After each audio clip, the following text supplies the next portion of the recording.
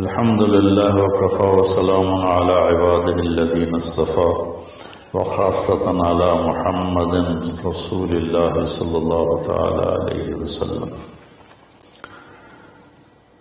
أما بعد فأعوذ بالله من الشيطان الرجيم. بسم الله الرحمن الرحيم. وكذلك جعلناكم أمة وسطا لتكونوا شهداء على الناس. اور ہم نے تمہیں اعتدال والی امت بنایا تاکہ تم دنیا کے لوگوں کے سامنے گواہی دے سکو. یہ ایک آیت کا ٹکڑا میں نے پڑھا ہے.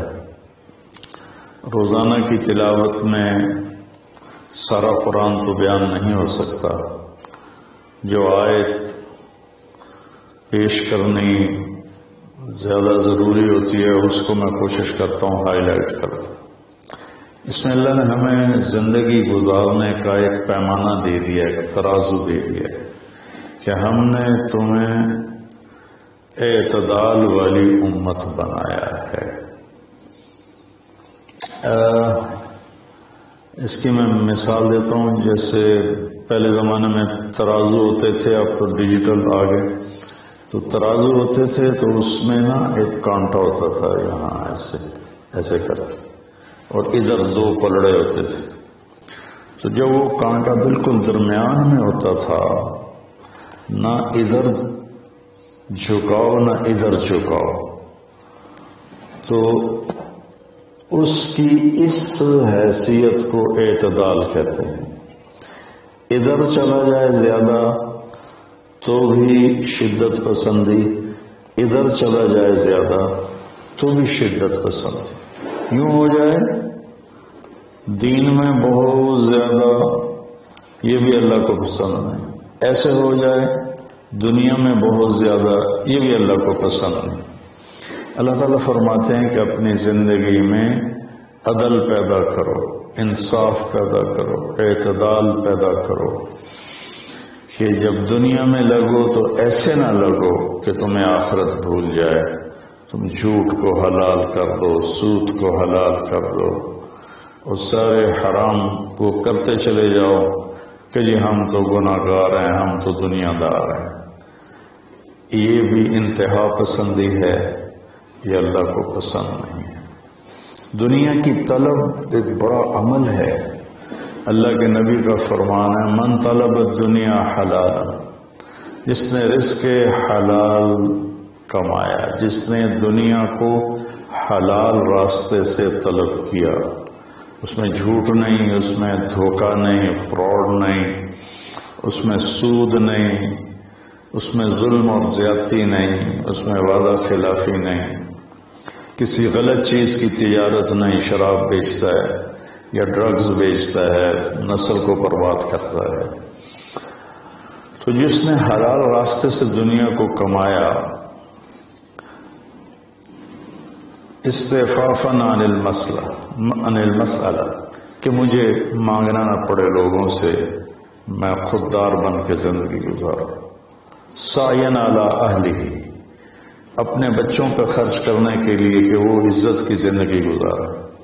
تعطفاً علی جارہ، اپنے آس پاس کے غریب لوگوں پر خرچ کرنے کے لیے جو صبح بازار جاتا ہے اور اپنی جاب پر جاتا ہے، اپنی مزدوری پر جاتا ہے، وہ ریڑھی پر بیٹھتا ہے یا بہت بڑے پروجیکٹ کے آفس میں بیٹھتا ہے، اگر یہ چار باتیں اس کے اندر ہیں، حلال کماتا ہے، جابین رشوت نہیں لیتا، غلط کام نہیں کرتا، کسی کی فائل نہیں روکتا، بچوں پہ خرچ کرنے کے لیے اور پڑوسیوں کو نوازنے کے لیے، غریب پڑوسیوں پر خرچ کرنے کے لیے، اور سوال سے بچنے کے لیے. جو دنیا کو کماتا ہے تو اب آپ خوشخبری سنیں. لقی اللہ تعالی یوم القیامہ وجہہ مثل القمر لیلۃ البدر، قیامت کے دن وہ اللہ سے ایسے ملے گا کہ اس کا چہرہ 14ویں رات کے چاند کی طرح چمکتا ہوگا. تو ایسی دنیا کمانا بھی بندگی ہے. ریاکاری کے نفل پڑھ رہا ہو تو وہ جہنم ہے، اور ان 4 شرطوں کے ساتھ دکان پہ بیٹھا ہو، آفس میں بیٹھا ہو، ریڈی پہ بیٹھا ہو تو وہ جنت کا راستہ ہے، اللہ کو اتنا پسند ہے، کیونکہ اس میں درمیانی راستہ ہے، اعتدال والا راستہ ہے۔ اب اس میں انتہا پسندی کیا ہے؟ دوسری حدیث پیش کرتا ہوں، تعس عبد الدینار وعبد الدرہم وعبد القطیفہ، تعس وانتکس وإذا شیک فلن تقش، ان اعطی رضی وإن لم يعط سخط۔ آپ نے فرمایا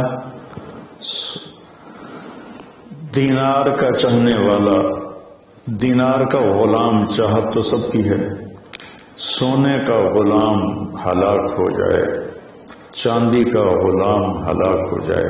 اللہ نے کائناتی معیشت کو، اکانومی کو سونے چاندی کے گرد گھمایا ہے، یہ اللہ کی اپنی قدرت ہے۔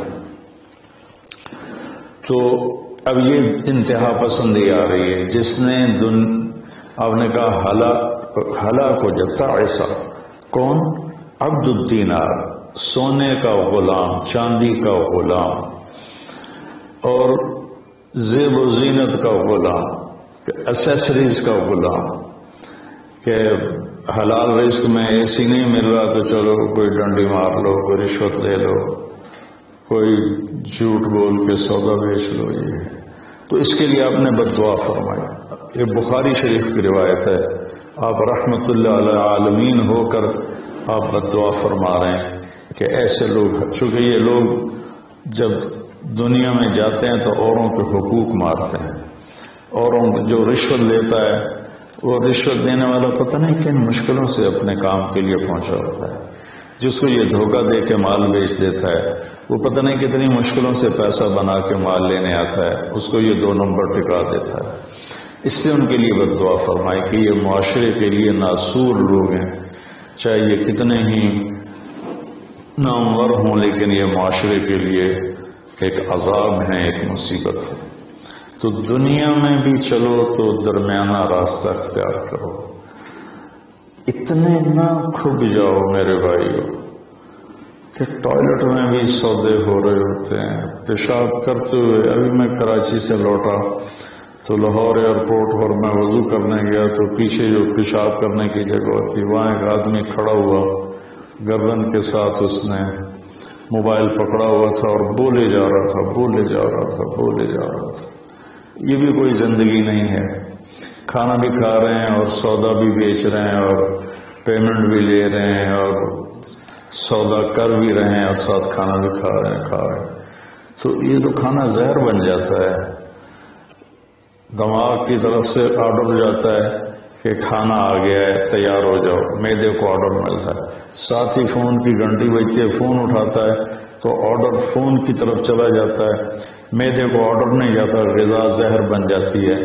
تو ایسی دنیا کما کے کیا کرنا جس میں آپ کی صحت ہی برباد ہو جائے اور آپ اتنے مصروف ہو جائیں کہ گھر میں آ کر بھی کوئی بچوں سے دلچسپی نہیں، بس اپنے موبائل پر یا سودے کر رہے ہیں یا موبائل پہ کوئی گیمیں کھیل رہے ہیں یا کوئی مووی دیکھ رہے ہیں یا کوئی ڈرامہ دیکھ رہے ہیں۔ کتنی مائیں ہیں جو اس طرح اپنے بچوں کو جھٹک دیتی ہیں، وہ ڈرامہ دیکھ رہی ہوتی ہیں یا کوئی مووی دیکھ رہی ہوتی ہیں یا کوئی کلپ دیکھ رہی ہوتی ہیں، تو بچہ آتا ہے تو اس کو ہوں ہاں کر کے ٹال دیتی ہیں۔ میرے بھائی اور میری بہنوں، اپنی زندگی کو وہ درمیان میں لاؤ، درمیان۔ میں آپ کو مثال دیتا ہوں، گاڑی کے چاروں ٹائر میں ہوا بیلنس ہو تو گاڑی صحیح چلتی ہے، چاہے ایف ایکس کیوں نہ ہو، اور اگر ہوا اوپر نیچے ہے، بیلنس نہیں ہے، تو مرسڈیز بھی ہوگی تو وہ چلنے میں آپ کو تکلیف دے گی۔ ایک گاڑی ہے، انسان بھی، اس کو بھی بیلنس آف لائف چاہیے۔ کہ گھر میں آؤ تو گھر کے ہو جاؤ، فون آف کر دو اور اپنے بچوں سے بات کرو، بیوی سے بات کرو، ان کے ساتھ بیٹھو، ان سے گپ شپ کرو اور گھر کی باتیں کرو، گھر کے مسائل ذکر کرو، باہر کے مسائل کو گیٹ پہ چھوڑ کے آ جایا کرو۔ تو یہ تو دنیا ہے نا، اللہ نے اس میں ناپسند کیا ہے کہ ہم اپنے آپ کو زیادہ کھپائیں، لیکن دین میں بھی اللہ نے ناپسند کیا ہے کہ ہم اس میں زیادہ لگ جائیں. لا تغلوا فی دینکم، اپنے دین میں انتہا پسندی پہ مت جاؤ. اللہ نے اپنے محبوب سے فرمایا فلا تذهب نفسک علیہم حسرات، میرے نبی آپ ان غیر مسلموں کو تبلیغ کرتے ہوئے اتنا دکھ نہ اٹھائیں کہ آپ خود آہیں بھرتے بھرتے فوت ہو جائیں. اللہ نے اپنے نبی سے فرمایا. نماز لمبی کی تو اللہ نے اس سے منع فرما کر فرمایا کہ ما انزلنا علیک القرآن لتشقی. اللہ نے اپنے نبی سے اعتدال مانگا. لا تبسطها کل البسط، میرے نبی آپ مال خرچ کریں لیکن سارا نہ خرچ کریں، کچھ بچا کے بھی رکھیں. اللہ نے اپنے محبوب سے فرمایا. اس سے تو اللہ نے زکوٰۃ کا نظام چلایا. تو اور ایک حدیث پیش کرتا ہوں. 3 صحابہ آئے حضرت عائشہ رضی اللہ عنہ کے پاس کہ اللہ کے نبی کی رات کیسی ہوتی ہے. تو انہوں نے فرمایا کہ سوتے بھی ہیں اور اٹھتے بھی ہیں، نفل بھی پڑھتے ہیں، بلکہ آپ کی بہت خوبصورت عادت تھی جب آپ تہجد سے فارغ ہو جاتے تو یوں کر کے لیٹ جاتے، ایسے کر کے، اور حضرت عائشہ رضی اللہ تعالیٰ عنہ بھی اٹھ جاتی تو آپ ان کے ساتھ اسی حال میں باتیں کرتے، گپ شپ لگاتے. تہجد کے وقت میں اپنی بیگم سے پیار محبت کی باتیں ہو رہی ہیں، اتنے میں حضرت بلال اذان دیتے تو آپ اٹھ کے 2 رکعت سنت ادا کرتے اور نماز پڑھانے کے لیے مسجد تشریف لے جاتے تھے. تو اتنی اعتدال کی لائف تھی، ہنسی مذاق فرماتے تھے. اور حضرت عائشہ رضی اللہ عنہ کو لقمے بنا کے کھلاتے تھے، ان کو آٹا گوندھ کے دیتے رہے جب تک حضرت عائشہ رضی اللہ عنہ کو آٹا گوندھنا نہیں آیا کہ وہ چھوٹی عمر میں ان کی شادی ہوئی تھی. تو انہوں نے جب یہ سنا تو کہنے لگے وہ تو اللہ کے نبی ہیں، وہ تو کچھ بھی نہ کریں، بخشے بخشائے ہیں، ہمیں تو کچھ کرنا چاہیے، کیا کریں؟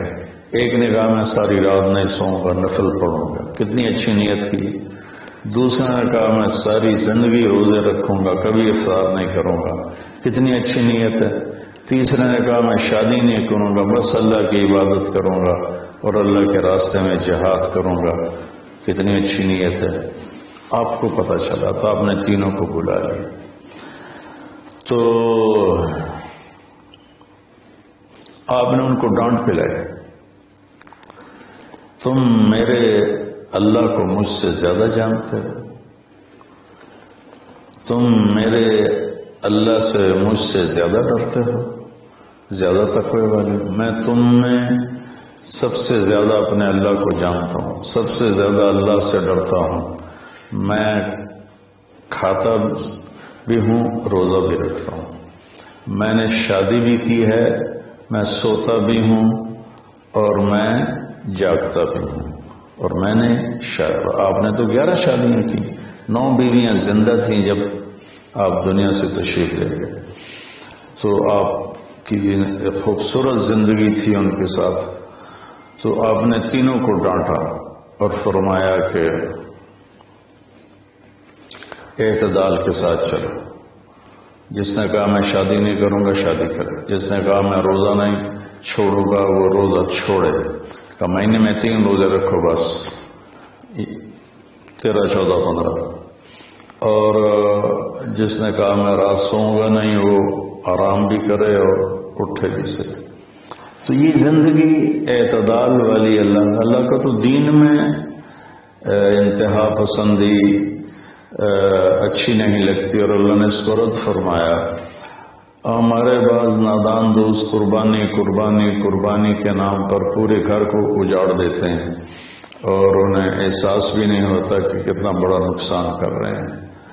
سب سے بڑا تقاضا اسلامی تاریخ میں جنگ بدر کا ہے.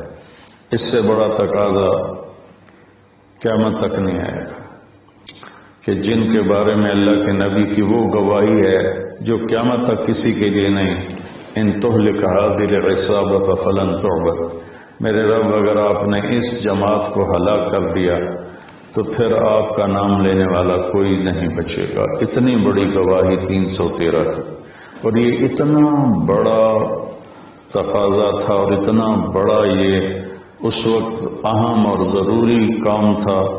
آپ نکلے اور ذوالحلیفہ 7 میل دور ہے. جب وہاں پہنچے تو حضرت عثمان اور اسامہ رضی اللہ عنہما کو آپ نے واپس بھیج دیا کہ آپ کی بیگم حضرت رقیہ رضی اللہ تعالی عنہ وہ حضور صلی اللہ تعالی وسلم کی دوسرے نمبر کی بیٹی تھی. حضرت زینب پہلے نمبر پر، حضرت رقیہ دوسرے نمبر پر، ام کلثوم تیسرے نمبر پر، حضرت فاطمہ چوتھے نمبر پر. تو بھی ان کو چیچک نکل آیا تھا تو ان کو وہاں سے واپس بھیجا کہ جاؤ تم رقیہ کی تیمارداری کرو. وہ جنگ بدر میں شریک نہیں ہوئے، میرے نبی نے واپس کیا، لیکن جنگ بدر کے شریک صحابہ میں ان کا نام لکھوایا دونوں کا. جب ہم بدری صحابہ کی فہرست کھولتے ہیں تو اس میں اسامہ اور عثمان رضی اللہ عنہما دونوں کا نام ذکر ہے، اور مال غنیمت میں ان کا حصہ بھی رکھا آپ نے. اتنے بڑے تقاضے کو آپ نے بیوی کی بیماری کی وجہ سے پیچھے کر دیا اور ان دونوں کو واپس بھیجا. اور رقیہ رضی اللہ عنہ کا انتقال ہو گیا. جب آپ واپس تشریف لائے تو وہ دفن ہو چکی تھی، تو آپ نے ان کی قبر پہ جا کر دعا فرمائی. تو میرے بھائیوں، دین میں بھی اعتدال ہو، دنیا میں بھی اعتدال ہو. یہ رہبانیت تو نصارہ عیسائیوں میں تھی کہ شادی نہیں کرنی، نہانا نہیں، بال نہیں کٹوانے، ناخن نہیں صاف کرنے. پہلے، اب نہیں، پہلے جو قدیم عیسائی مذہب تھا. تو طبیعت میں اتنی شدت، غیر فطری زندگی، پھر وہ دوسرے طریقے سے اپنی خواہشات کو پورا کرتے تھے. تو اس سے میرے نبی نے روکا. بعد میں ایک ٹرینڈ چل گیا کثرت عبادت کا، لیکن وہ کوئی معیار نہیں ہے کہ فلاں بزرگ سے انہوں نے 40 سال عشاء کے وضو سے فجر کی نماز پڑھی، اور فلاں بزرگ سے انہوں نے 30 سال عشاء کے وضو سے فجر کی نماز پڑھی، اور فلاں بزرگ سے وہ 25 سال جنگل میں پھرتے رہے. بھلا یہ بھی کوئی دین ہے جو پیش کیا جائے؟ ہمارا دین تو پوری دنیا کو پیش کرنے کے لیے، ان الدین عند اللہ الاسلام. اب اسلام ہی ایک مذہب ہے جو باقی ہے اپنی صحیح معنی میں، تو ہمیں پیش کرنا ہے لوگوں کو. یہ تو ہم اپنوں کو پیش نہیں کر سکتے کہ 25 سال جنگلوں کی خاک چھانتے رہے. یہ تو رہبانیت سے بھی کوئی آگے کی چیز ہے، لیکن یہ ان کی بزرگی کے طور پہ بیان کیا جاتا ہے. ایک بزرگ سے اپنے بالوں کو رسے سے باندھ لیتے تھے، رسہ اوپر چھت میں لٹکا ہوتا تھا. تو جب نماز پڑھتے پڑھتے ان کو نیند کا جھٹکا آتا تو وہ ایسے ہوتے تو وہ بالوں کو زبردستی جھٹکا پڑتا، جس سے وہ کی آنکھ کھل جاتی اور پھر نفلوں میں شروع ہو جاتے. یہ تو میرے نبی کے حکم کے خلاف ہے. آپ نے فرمایا تم میں کوئی عبادت میں لگے جب تک وہ بشاشت ہے اور اس کو نیند نہیں. جب نیند کا سمجھے غلبہ ہو رہا ہے، نفل چھوڑ کے جا کے سو جائے. تو بعد میں یہ ایسی چیزیں پیدا ہوئیں کہ سارا سال روزے رکھنا، اور کبھی ایسا کہ ساری رات جاگنا. یہ کوئی دین نہیں ہے، یہ وہ دین نہیں ہے جسے ہم پیش کر سکیں. ایک بزرگ کا انتقال ہوا تو میں تعزیت کے لیے گیا، تو ان کے بیٹے بتانے لگے کہ ہمارے والد صاحب صبح 3 بجے اٹھ کے نیچے اپنے کمرے میں آ جاتے تھے جہاں مریدین آتے تھے، اور باقی جو ان کے اپنے علمی کام ہوتے تھے، اور رات 11 بجے واپس جاتے تھے. ساری زندگی یہ معمول رہا. یہ کوئی قابل ذکر بات نہیں ہے جس کو ہم بطور ایک نمونہ پیش کریں. میرے نبی نے اپنی زندگی کو 4 حصوں میں تقسیم کیا ہوا تھا. ایک حصہ لوگوں کے لیے، ایک بیوی بچوں کے لیے، ایک اپنی ذات کے کاموں کے لیے. آپ اپنے کپڑے خود دھوتے تھے، 9 بیویاں تھیں، آپ اپنے کپڑے خود دھوتے تھے. اور ایک حصہ آپ نے رکھا ہوا تھا اللہ کے لیے. تو آپ سے زیادہ مشکل لائف کسی کی نہیں، آپ سے زیادہ بڑا ذمہ دار کائنات میں کوئی نہیں.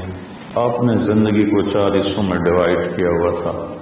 تو اگر ہم دنیا میں لگتے ہیں تو حلال حرام بھول جاتے ہیں، جھوٹ سچ بھول جاتے ہیں، دھوکہ دیانت کو بھول جاتے ہیں، اور دین میں لگتے ہیں تو بچے بیوی بھول جاتے ہیں، اپنے کام کاروبار بھول جاتے ہیں۔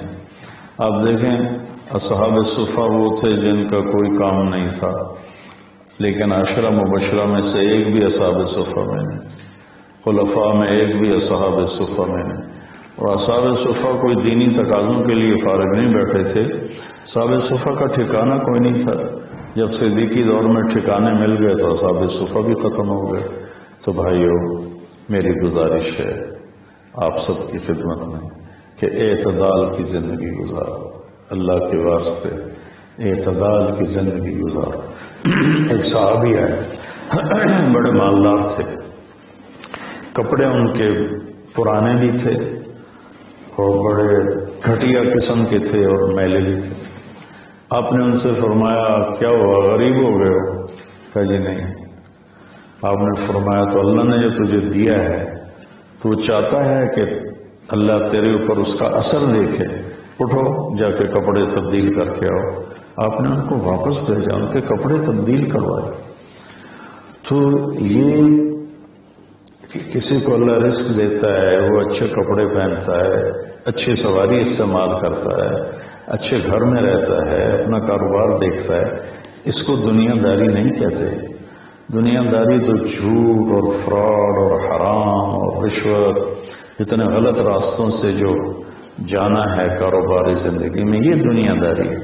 عبد الرحمن بن عوف رضی اللہ تعالیٰ عنہ نے وراثت میں اتنا سونا چھوڑا کہ بچوں میں تقسیم کرنے کے لیے وراثت کو کاٹتے کاٹتے آریاں ٹوٹ گئیں۔ 1000 گھوڑے، 10,000 بکریاں اور 1000 اونٹ، یہ مال مویشی ان کے پاس تھے، اور زمینیں الگ تھیں، لیکن وہ 10 بڑے صحابہ میں ہیں، ٹاپ 10 صحابہ میں ہیں۔ تو بھائیو، رمضان کا مہینہ ہے، اللہ سے مانگیں کہ اللہ ہمیں اعتدال والی زندگی نصیب فرمائے۔ السلام علیکم۔